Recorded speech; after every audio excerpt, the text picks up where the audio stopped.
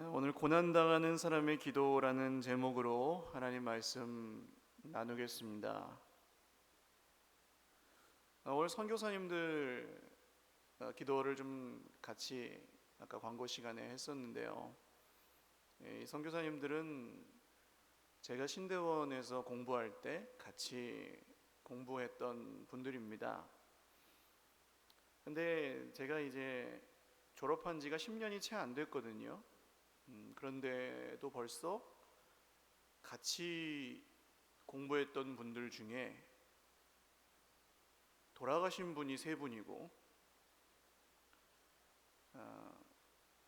또 이렇게 지금 선교사를 나갔는데 자녀에게 희귀병이 발견된 분도 있고, 어떤 분은 사모님에게 희귀병이 갑자기 발견되어서 목회를 더 이상 할 수 없는 지경에 계신 분도 있습니다. 일단 돌아가신 분들의 사모님과 자녀들 같은 경우는 또 직접적인 관계가 없었기 때문에 돕고 싶어도 이게 수월하지가 않더라고요. 그래서 기도하고 하나님의 뜻이 어디에 있는지, 그런 고통을 당하고 주변에서 그런 고통 당하는 분들을 볼 때 사실은 혼란스럽습니다. 물론 우리가 성경을 믿고 우리를 구원하신 예수님을 믿지만 우리의 이해와 상식의 범위를 벗어난 재앙이나 어려움들이 우리 인생에 종종 찾아옵니다. 밝은 면만 보면서 긍정적으로 살라고 다른 사람들에게는 얘기할 수 있지만 정작 내 삶에 그런 게 찾아올 때는 그 말이 별로 와닿지가 않더라고요. 이 시간에 고통과 하나님의 뜻과 계획 이런 원리에 대한 걸 다 설명하고 나눌 수는 없을 것 같고요. 성경이 분명하게 우리에게 제시하는 한 가지 원칙이 있는데 그게 뭐냐 하면 너희 중에 고난당하는 자가 있느냐 그는 기도할 것이요. 할렐루야. 근데 고통 가운데 있을 때에는 우리가 사실 무슨 기도를 해야 될지도 모를 정도로 아픕니다. 그래서 우리는 고통 중에 드리는 기도를 배워야 합니다.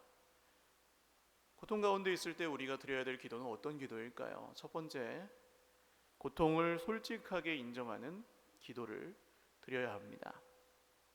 오늘 말씀을 보시면 아주 솔직하게 자기의 고생과 힘든 것들을 고백하고 있습니다. 지난주 룻기 말씀에서 나왔던 나옴이라는 여인이 짧은 두 절 중에 하나님이 나를 괴롭게 하셨다, 하나님이 나를 실패하게 하셨다, 이런 얘기를 계속하는 걸 보셨었죠. 그 말과 동일하게 오늘 여기에도 그 정도는 오히려 점잖은 표현이고요. 어떻게 비유하냐면 제가 좀 요약해드리면 주님이 내 뼈를 꺾으셨다, 죽은 지 오래된 사람처럼 어둠 가운데 두셨다, 땅에 묻어버리셨다, 도망갈 수 없도록 가두셨다, 곰과 사자처럼 내 몸을 찢으시며 나를 외롭게 하셨다, 나를 관역으로 삼아서 활을 당기셨다, 내 심장을 뚫으셨다. 나는 하나님을 향해 가졌던 소망이 끊어졌고 그 고난을 잊을 수가 없다. 와, 여러분, 성경에 이런 말이 나와도 되나 싶을 정도로 그런 표현들을 거침없이 해놓았습니다. 혹시 예레미야 애가 성경을 좀 진지하게 이전에 묵상해 보신 경험이 있으신가요? 통독하실 때도 아마 이 부분은 빨리 그냥 넘어가야지 하셨을 거예요. 좋은 구절을 잔뜩 다 놔두고 왜 이런 구절이 성경에 적혀 있나 싶기도 하고, 좋은 구절만 묵상해도 평생 다 묵상하기 힘들 텐데요.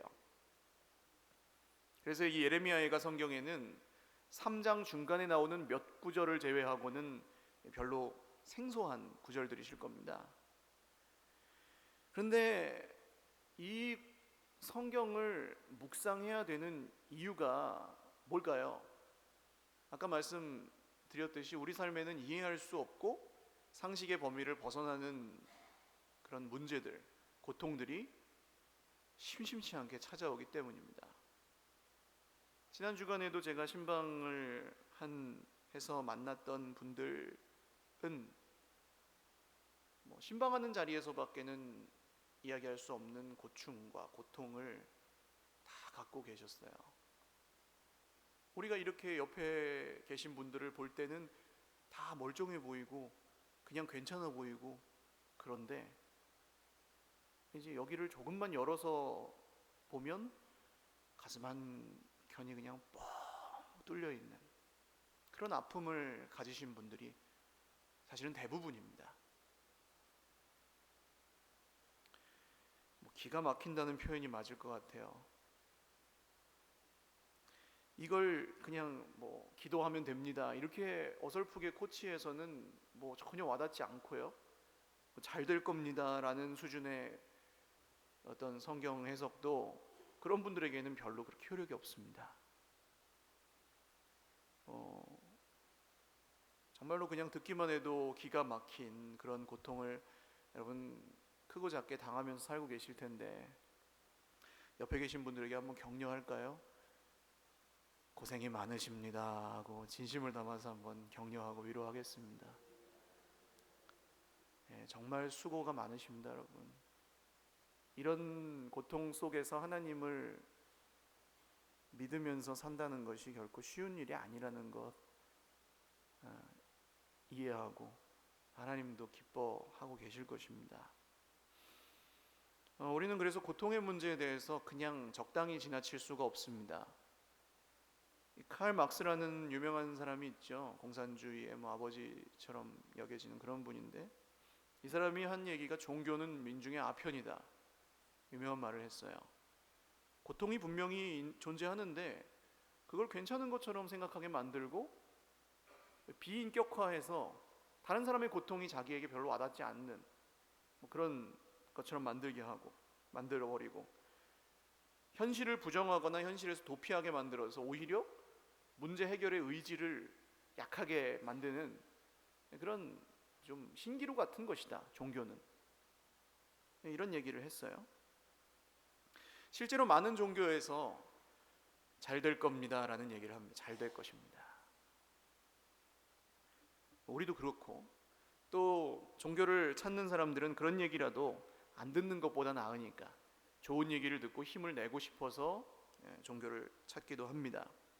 근데 사실은 점집을 찾아가는 사람도 그게 100% 맞다고 생각해서 가는 건 아니에요. 나아질 가능성이 별로 없다는 걸 알지만 어떻게 할 수가 없으니까 가는 겁니다. 근데 이런 의미에서라면 기독교는 그런 종교가 아닙니다.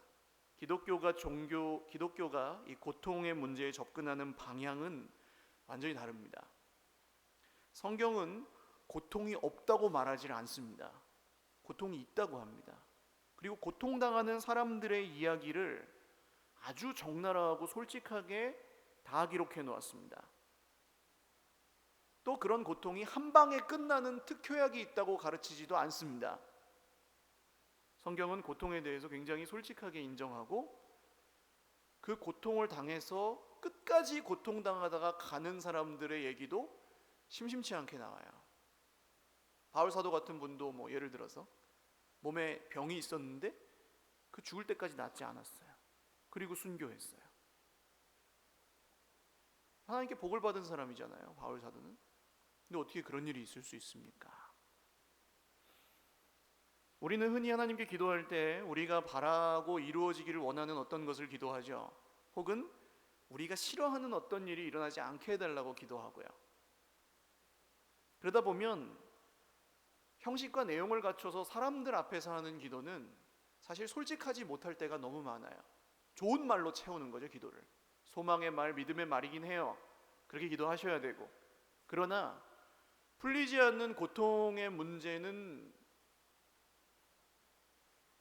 좀 더 솔직한 기도를 드릴 때 해결되기 시작합니다. 어떤 부부들은 평생 한 번도 싸워본 적이 없는 걸 자랑으로 삼으시는 분들이 있어요.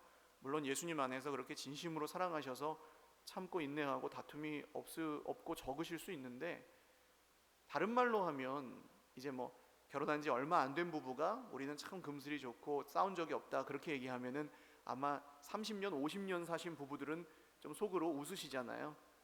아유 니네가 아직 덜 살아봐서 그렇지 그런 생각 하시잖아요. 사실은 다투지 않는다는 거는 부부가 아직 서로에게 솔직하지 않다는 증거일 수도 있습니다. 이게 이제 우리 인생에 고통이 존재하는 이유를 어렴풋이나마 우리에게 좀 느끼게 해주는 이야기인 것 같아요. 고통이 주는 선물이 하나 있다면 솔직함입니다. 아파서 병원에 입원한 사람은 자기를 꾸밀 수 없고 꾸미지도 않습니다. 아프면 아프다고 말을 해야 그 다음 고치기 시작할 수 있기 때문에 그렇죠. 여러분, 우리 인생에 이해할 수 없는 고통들이 있지만 고통당할 때 그걸 자꾸 감추거나 현실에서 도피하거나 그게 괜찮다고 생각하지 마시고 힘든 건 힘들다고 기도하실 수 있기를, 솔직하게 기도하실 수 있기를 주님의 이름으로 축원합니다. 아픈 건 아프다고 하셔야 되고 힘든 건 힘들다고 하셔야 되고 슬플 때는 슬프다고 기도하셔야 됩니다. 그게 인정이 안 되면 그 다음 단계로 나아갈 수가 없어요. 충분히 슬퍼하시고 충분히 아파한 후에 하나님께서 우리의 기도를 바꾸십니다. 물론 기도할 때 힘을 주는 성경 구절들을 읽고 의지하고 하는 것은 좋은 겁니다. 그러나 그렇게 하다가 내 기도가 지금 솔직하지 않다고 느껴지실 때 이 예레미야 애가 성경을 펼쳐놓고 한번 천천히 읽어보시기 바래요. 그리고 이 성경에 나온 말로 기도하시기 시작해 보십시오. 그러면 아마 훨씬 더 힘이 나는 것을 느끼실 수 있으실 겁니다. 두 번째로 하나님이 어떤 분이신지를 기억하는 기도를 반드시 드려야 합니다. 고통의 때. 우리가 고통당할 때 보통 그 고통의 이유는 대부분 이 눈에 보이는 것들입니다. 돈 문제나 크게 벗어나지 않아요. 여기서 돈, 건강, 관계. 근데 이 눈에 보이는 것만 갖고 기도할 때 실제로 그게 해결이 됐는데 고통은 없어지지 않는 그런 경우를 당해보셨는지 모르겠어요. 문제는 해결이 됐는데 상처는 남아있는. 왜 그럴까요? 트라우마라고 표현하죠, 그런 걸. 이 고통이 보이지 않는 것이기 때문에 그렇습니다. 이제는 그 문제가 아닌데도 더 이상 고통할 필요가 없는데도 마치 자라는 보고 놀란 가슴 소뚜껑 보고 놀라듯 계속해서 그것 때문에 힘들어 가잖아요. 우리가 마음이 힘들 때, 영혼이 아플 때 어디가 아픈지를 좀 가리키실 수 있습니까? 정확하게? 마음이 아파요 하면 어디가 아픈 거예요? 여기가 아픈 거예요? 여기가 아픈 거예요? 여기가 아픈 거예요? 가리킬 수가 없습니다. 보이지 않아요, 고통은. 고통이라는 것 자체는. 보이는 것들 때문에 고통이 시작되지만 고통이라는 건 보이지 않습니다. 좀 모순된 얘기인데. 그러니까 내 옆에 사람의 고통은 더 안 보이죠. 가만히 있으면 그 사람이 어떤 고통을 갖고 있는지 모릅니다. 그런데 계속해서 고통만 묵상하다 보면 어떻게 되냐면 고통을 신앙하게 됩니다. 고통을 믿어요. 고통이 내 주인이 돼요. 문제는 시간이 지나면 풀리는데 고통은 보이지 않기 때문에 끝도 없이 커질 수 있습니다. 이게 내 인생을 집어삼키죠. 고통이. 예를 들어서 그 사람이 나를 싫어해. 그 사람이 나에 대한 이상한 얘기를 하고 다닐 거야. 이런 이제 상처, 고통을 갖고 계신 분들은 그걸 계속 묵상하면 그러다 보면 그걸 믿게 됩니다. 그걸 믿기 시작하면 그 다음에는 다 그렇게 보여요. 이 사람이 나에게 조금 기색이 이상하다 그러면 저 사람이 이 사람에게 얘기를 해서 나에게 저러는 거구나, 이런 생각 들어요. 고통과 문제를 계속 묵상하면 커집니다. 그리고 그게 내 주인이 돼요. 확 사로잡고. 그 사람 그렇게 생각하고 말한 게 아니어도 그냥 이제 그 다음부터는 그게 사실이 되어버립니다. 내 속에서 안 받아도 될 상처를 계속 받으면서 살아갑니다. 내가 누군가에게 피해를 당했고 내가 누군가에게 상처를 입었다, 그게 사실일 수 있지만 그것을 계속 묵상하다 보면 내가 실제로 받은 상처보다 더 커집니다. 점점점. 사실 관계의 문제는 진짜 특별한 경우가 아니면 쌍방이잖아요. 뭐 99대 1일지라도 쌍방이잖아요. 그런데 그걸 계속 묵상하면 100이 됩니다. 100. 내가 100% 당한 게 됩니다. 그래서 이제 내 속에서 공격성과 분노가 이제 자라게 되고, 이건 내 속에 있는 고통을 믿었기 때문에 일어난 그런 결과입니다. 성경이 그래서 굉장히 지혜로운 권면을 우리에게 하는 것이, 마땅히 생각할 그 이상의 생각을 품지 말고 그랬습니다. 여러분, 마땅히 생각할 그 이상의 생각을 품지 않게 하시는 하나님의 은혜가 있으시기를 주님의 이름으로 축원합니다. 묵상하지 말아야 될 걸 묵상하면 사람이 망가지기 때문에 그래요. 이런 문제가 내면에 생기면 이건 사람이 풀 수 없는 문제가 됩니다. 그 사람이 와서 사과를 해도 안 풀려요. 그 고통은 내가 이미 묵상해서 키워놨기 때문에. 이걸 제가 지금 그냥 이렇게 좀 담담하게 이야기를 드리지만, 생각보다 이런 문제로 고통하는 분들이 많고, 이런 문제 때문에 깨어지는 가정들이 많고, 이런 것 때문에 막 평생 원수가 된 사람들이 많아요. 그래서 여러분, 묵상의 대상을 바꾸셔야 됩니다. 우리가 성경을 묵상하는 것은 종교적인 의무가 아니라 우리 영혼의 건강을 위한 주치의를 바꾸는 것과 같습니다. 내가 이전에 묵상하던 것들은 다 돌팔이에요. 그게 나를 낫게 하지 못해요. 그러나 그 자리에 주의 말씀을 두면, 할렐루야, 그럼 여러분 낫게 되는 줄 믿으시길 바랍니다. 그래서 고통에 대해서 솔직하게 인정하셨다면 다시 문제로 돌아가지 마시고 거기서 하나님이 어떤 분이신지를 기억해야 됩니다. 말씀을 통해. 21절과 22절 말씀 같이 읽어보겠습니다. 시작. 이것을 내가 내 마음에 담아두었더니 그것이 오히려 나의 소망이 되었사옴은 여호와의 인자와 긍휼이 무궁하심으로 우리가 진멸되지 아니함이니이다. 하나님이 어떤 분이신지가 기억이 나더라는 거예요. 내 인생 가장 힘든 그때에, 힘들어 죽겠을 때에 오히려 하나님이 그렇게 가까이 계시더라는 거예요. 사람이 지치고 피곤해지면 누가 생각이 납니까? 엄마 아빠 생각이 나잖아요. 우리 군대 입대할 형제가 아마 며칠 있으면 느끼게 될 감정인데요, 제가 군 생활할 때는 이 목봉체조라는 걸 했습니다. 지금도 하는지 모르겠어요. 목봉체조라는 게 있는데, 이 통나무 두께만한 그 나무를, 이 큰 나무를 여러 훈련병들이 짊어지고 이거를 이제 들었다 놨다 하면서 이제 훈련을 해요. 근데 나중에는 교관 그 선생님이 그 위에 타요. 그래가지고 또 계속 해요.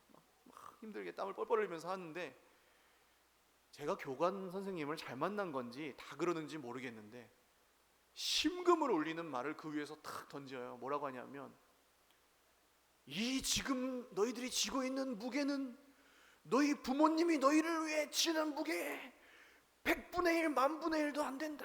그러면은 이제 훈련병들이 탁 하다가 막 질질 울면서 엄마! 그러면서 이제 그 훈련이 다 끝나고 다 누우라고 해가지고, 하늘을 한번 봐라. 너희 인생이 어떻든 지금까지 어떻게 살았든 이제 부모님께 잘하고 너희들이 어떻게 자랐는지를 기억해라. 다 그런 좋은 교관님을 만나가지고 그런 의미 있는 훈련을 받았어요. 힘들면 엄마 생각이 납니다. 고향 생각이 나게 되어 있습니다. 근데 엄마 아빠라고 마냥 좋은 건 아니잖아요. 다 고향에서 지내던 시절이 뭐 다 좋기만 하진 않으셨을 거 아니에요. 그런데도 이상하게 저 멀리 있는 부모님의 묘소를 찾아가요. 사람이 지금은 갈 수도 없는 고향을 그리워해요. 특히 힘들고 어려울 때. 이거 어떻게 설명하겠습니까? 간다고 뭐가 풀려요? 갔다 온다고 뭐가 생겨요? 그렇지도 않는데 다른 사람에게는 의미도 없는 장소인 거기를 힘들고 어려울 때 가요.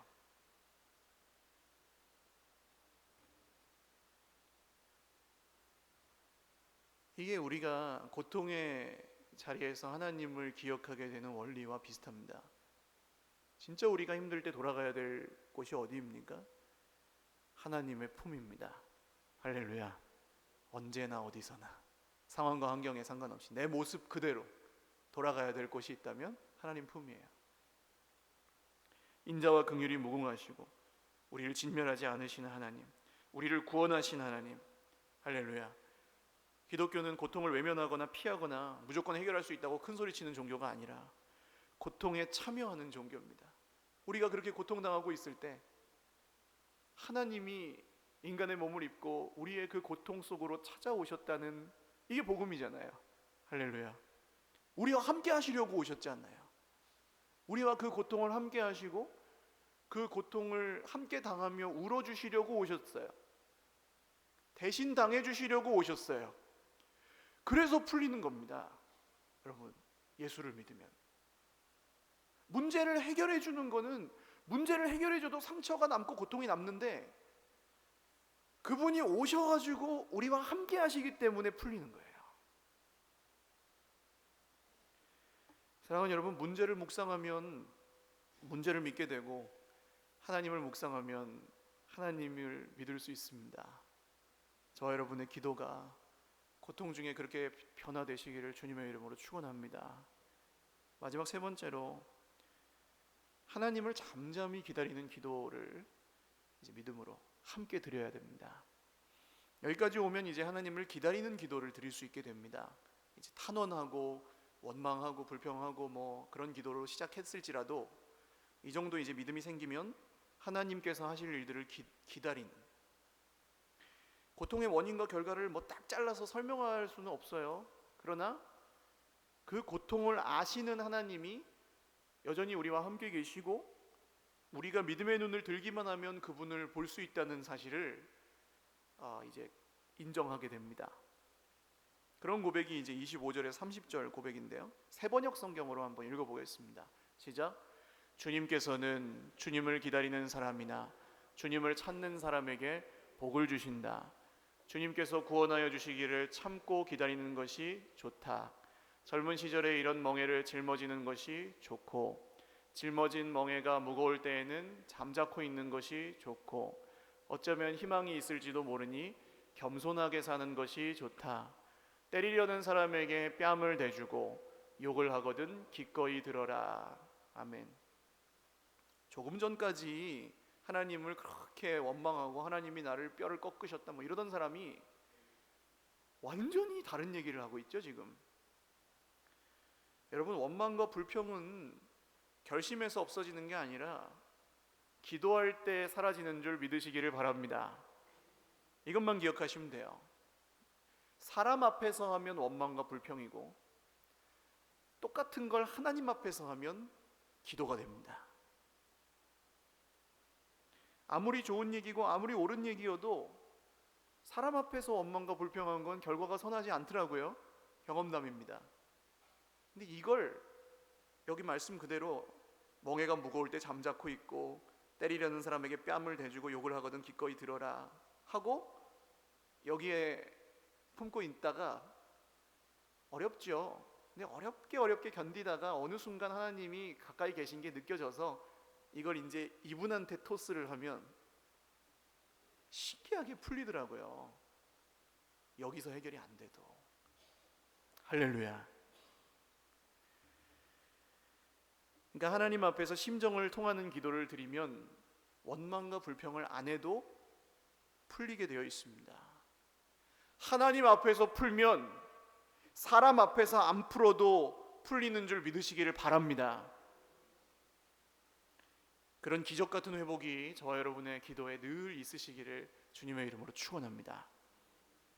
또 오늘 이 말씀의 주어가 어떻게 바뀌는지를 잘 관찰해 보면 우리 기도가 어떻게 변해야 될지를 알 수 있는데요. 처음에는 나입니다. 내가 힘들어요. 내가 하나님께 저주를 받았고 내가 하나님께 공격을 당했고 하나님 나에게 벌 주셨다 하는 나 중심의 기도예요. 그런데 31절과 32절을 보시면 우리 개역개정 성경에는 나오지 않지만 나라는 말이 우리라는 말로 바뀌어 있습니다. 세 번역으로 한번 읽어보겠습니다. 시작. 주님께서는 우리를 언제까지나 버려두지는 않으신다. 주님께서 우리를 근심하게 하셔도 그 크신 사랑으로 우리를 불쌍히 여기신다. 아멘. 우리로 바뀌었습니다. 이런 고통 쪽에 기도를 하면 자연스럽게 하나님이 바꾸시는 게 있는데, 그게 뭐냐 하면 내 주변의 사람들을 보게 하십니다. 그리고 나의 고통보다 더 큰 고통을 당하고 있는 사람도 보이게 하시고, 내가 당했던 고통과 똑같은 고통을 당하고 있는 사람도 보이게 하셔서 나를 통해서, 나는 여전히 아픈데 나를 통해 그 사람에게 손을 내밀게 하시고 그 사람을 위해서 기도하게 하세요. 나는 여전히 아픈데 하나님 왜 저 사람의 저런 얘기를 들어야 되죠? 하고 억지로 끌려가면서 기도를 했는데, 신기하게 같이 한바탕 울고 나니 내가 아픈 것도 풀려 있어요. 할렐루야. 하나님 그렇게 일하십니다. 여러분, 고통의 때에는 혼자서 끙끙 앓지 마시고 함께 기도하실 수 있기를 주님의 이름으로 축원합니다. 교회 안에 그런 사람이 한 명만 있어도 그게 가족 아니에요. 많을 필요도 없습니다. 두세 사람이면 돼요. 그리고 그런 분이 없으실 수도 있어요, 교회 안에. 그럼 어떻게 할까요? 에이, 이런 교회 어느 교회 가면 있겠어요, 여러분. 처음부터 예수님 아니면. 그럼 어떻게 할까요? 만드셔야 됩니다. 내 기도를, 내 고통을, 마음을 처음부터 안 되겠지만 나누고 함께 고통 중에 하나님을 기다리는 기도를 드릴 수 있는 그런 관계를 만들어 가셔야 됩니다. 나이에 상관없이, 성별도 상관없어요.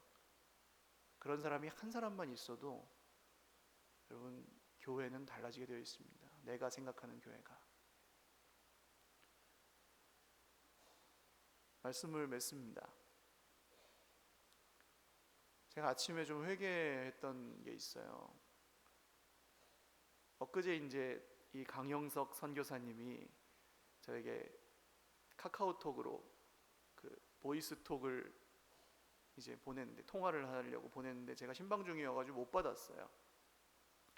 그리고 한참 있다가 선교사님 전화하셨었네요. 그렇게 보냈더니 이제 이 말씀을 하시더라고요. 둘째한테 프롤린이라는 이 속에 수치가 있는데 그게 높아서 각종 부작용이나 이런 합병증 같은 게 일어날 수 있는 그런 희귀병이 발견됐는데 기도해 달라고.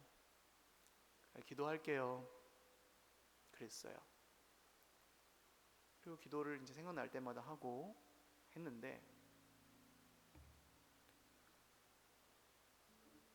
이런 어려움이 있을 때 기도를 부탁할 수 있는 사람은 어떤 사람입니까?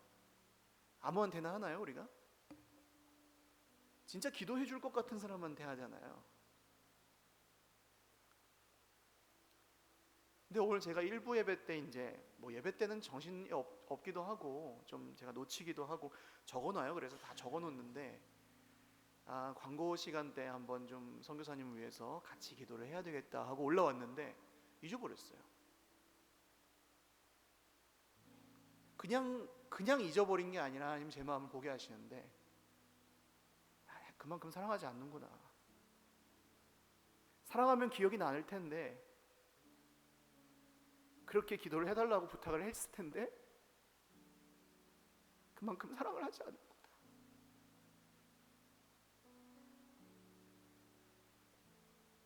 여러분, 누군가의 기도를 부탁을 받으실 때 그냥 지나치지 마시고 꼭 그 자리에서라도 기도를 하실 수 있기를 바랍니다. 진짜 고통 중에 지푸라기라도 잡는 심정일지, 아니면 그분이 진짜 날 위해 기도해 줄 거라고 믿어서 그렇게 부탁을 했든지 어떻든지, 기도해 달라는 사람의 말을 그냥 지나치지 마시고 꼭 기도하실 수 있기를 바랍니다. 그래야지 교회예요. 그래야지 예수 믿는 사람이고, 그런 기도를 통해 생명이 살아나는 거 아니겠습니까? 그런 기도를 통해 예수님이 어떤 분이신지를 우리가 배우는 거 아니겠습니까? 그런 기도를 드려야 오늘 이 설명되지 않는, 이해되지 않는 고통의 세월들을 우리가 이길 수 있지 않겠습니까? 다 아시는 내용이지만 여러분, 그냥 쉽게 지나치지 마시고 함께 기도하는 자리로 오십시오. 혼자서 힘들 때 힘들어하지 마시고 누군가에게 부탁하십시오. 하나님께서 그 관계와 그 기도를 통해 반드시 풀어가실 것입니다. 23절 말씀을 한번 같이 읽고 마치죠. 같이 읽겠습니다. 시작. 이것들이 아침마다 새로우니 주의 성실하심이 크시도소이다. 아멘. 기도하겠습니다. 하나님, 오늘 우리의 고통을 맡겨드립니다. 나의 고통을 주님께 올려드립니다. 내 옆에 있는 형제들의 고통을 올려드리고, 누구에게도 말할 수 없었던 내 형제와 내 자녀의 고통을 올려드립니다. 내 부모님의 고통을 올려드립니다. 때로는 원망하고 불평했습니다. 그러나 오늘 말씀을 듣고 이대로 기도하기를 원하오니 주여 나의 기도를 도우시고 들어주시옵소서. 우리 함께 우리의 모든 고통을 주님 앞에 맡겨드리며 기도하겠습니다. 하나님 아버지, 고통 중에 있는 우리의 형제 자매들을 축복합니다. 어린애 가슴 앓듯 끙끙 앓면서도 때로는 포기하고 살고, 누구에게도 말할 수 없어서 원망하고 불평하면서도 하나님을 향하지 못할 때가 있고, 하나님이 푸실 것을 기대하고 소망하는 마음마저 너무나 무너졌어. 하나님의 말씀이 아닌 고통을 묵상하며 살아가는 지체들도 있습니다. 긍휼히 여겨주십시오. 불쌍히 여겨주십시오. 그리고 오늘 우리에게 안 보이면 모르겠지만 내 옆에 있는 형제의 그런 고통이 보이면 그냥 지나치지 않을 수 있는 예수님의 사랑을 허락하여 주시기를 원합니다. 피땀을 흘리며 기도하셨던 예수님의 그 기도가, 십자가를 앞두고도 제자들을 위해 기도하셨던 예수님의 기도가 오늘 우리에게 있기를 원합니다. 하나님, 우리의 힘으로 할 수 없고 우리의 결심으로도 되지 않지만, 우리가 그렇게 기도하는 관계가 되면, 우리 교회가 그렇게 기도하는 공동체가 되면 우리의 세상이 변할 것이고, 우리의 가정이 변할 것이고, 우리가 살아가는 모든 곳이 변하고, 우리가 만나는 모든 사람이 변할 것입니다. 하나님, 그렇게 이루실 주님을 신뢰합니다. 신뢰합니다. 좋으신 하나님, 저부터 회개합니다. 솔직하게 기도하지 못할 때가 많았고, 이것저것 내가 다 짊어지고 입으로 말해야만 풀릴 것처럼 알고 기도의 말을 만들어낼 때도 많이 있었습니다. 그러나 주님, 좋은 말로 풀리지 않는 무서운 고통 속에서 외로워하는 지체들이 여전히 있습니다. 잘 될 거라는 몇 마디로 고쳐지지 않는 상처를 갖고 오늘도 잠을 이루지 못하는 지체들이 있습니다. 풀리지 않는 고통 속에서 고통을 묵상하다가 다른 관계마저 깨어지고 잃어버려가는 가정들이 있고 지체들이 있습니다. 주님, 홀로 내버려 두지 마시고 고통 가운데 더 주님 찾을 수 있도록 오늘 이 말씀이 우리가 정말 힘들고 어려울 때 기억나게 하여 주시고, 이 말씀이 기억이 나지 않을 때에 내가 기도할 힘도 없이 무릎 꿇고 그저 주저앉아 있을 때에 내 옆에 나의 작은 한숨을 기억하는 한 사람의 형제가 나에게 함께 와서 기도해 주는 것을 통해 위로받는 그런 하나님의 위로하심이 있는 교회가 되게 하시고 가정들이 되게 하여 주시기를 원합니다. 형제가 아프다고 할 때 그냥 지나치지 않고, 형제의 마음이 상했을 때 그냥 내버려 두지 못하고, 형제가 나에게 기도해 달라고 부탁했을 때 잊어버리지 않는 예수님의 사랑이 우리 모두에게 있게 하여 주시기를 원합니다. 십자가를 앞두고도 제자들 위해 기도하셨던 주님, 우리도 그렇게 기도하면서 살아갈 때에